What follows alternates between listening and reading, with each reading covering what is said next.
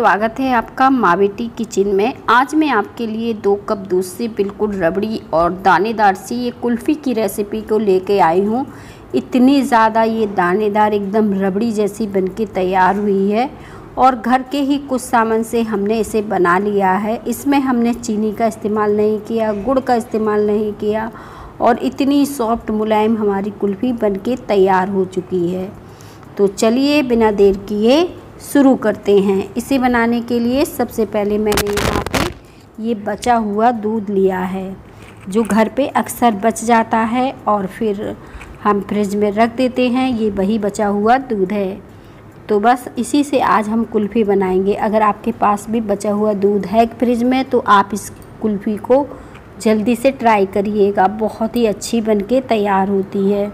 देखें, बचा हुआ दूध था तो थोड़ा सा घी सा छोड़ दिया है, पर कोई बात नहीं, हम इसकी कुल्फ़ी बहुत ही अच्छी बनाने वाले हैं। हमने क्या किया कि धीमी आंच में दूध को इस तरह से चलाते हुए उबाल ले लेना है।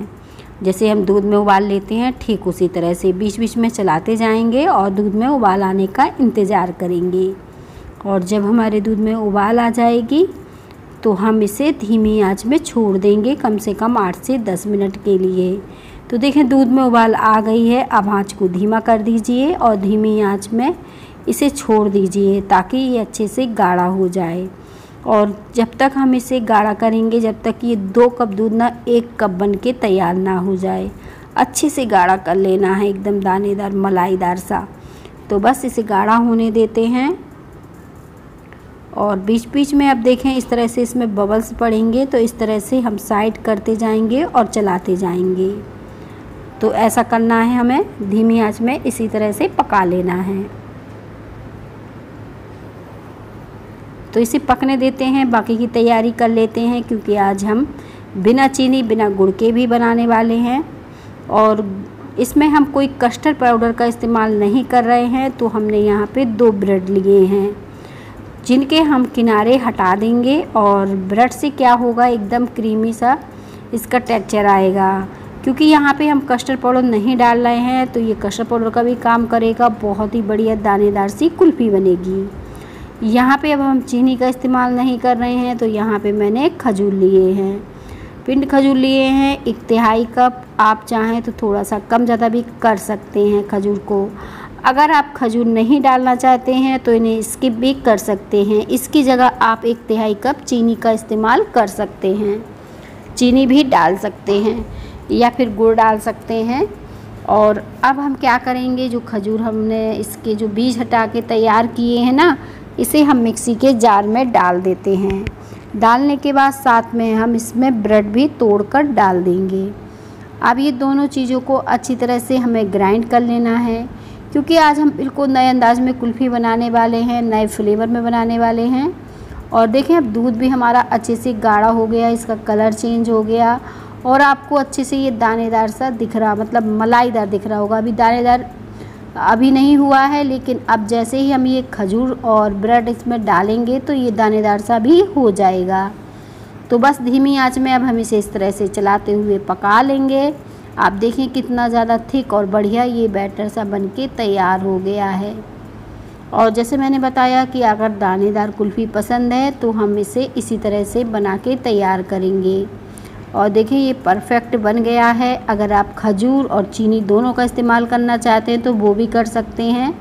अगर आपको थोड़ा मीठा ज़्यादा पसंद है तो आप इसमें 2 चम्मच के करीब चीनी भी डाल सकते हैं खजूर के साथ साथ, क्योंकि चीनी से इसका टेस्ट जो है ना बढ़ जाता है। चीनी डालने से बहुत ही बढ़िया टेस्ट आता है इसका, क्योंकि कुल्फ़ी है, अगर चीनी रहेगी मीठी रहेगी तो ज़्यादा अच्छी लगेगी। तो यहाँ पे खजूर के साथ साथ 2 चम्मच चीनी भी ऐड कर सकते हैं, पर मैंने आज बिल्कुल ही सिंपल तरीके से बनाई है और ताकि डायबिटीज़ वाले भी खा सकें, तो मैंने चीनी का इस्तेमाल नहीं किया है।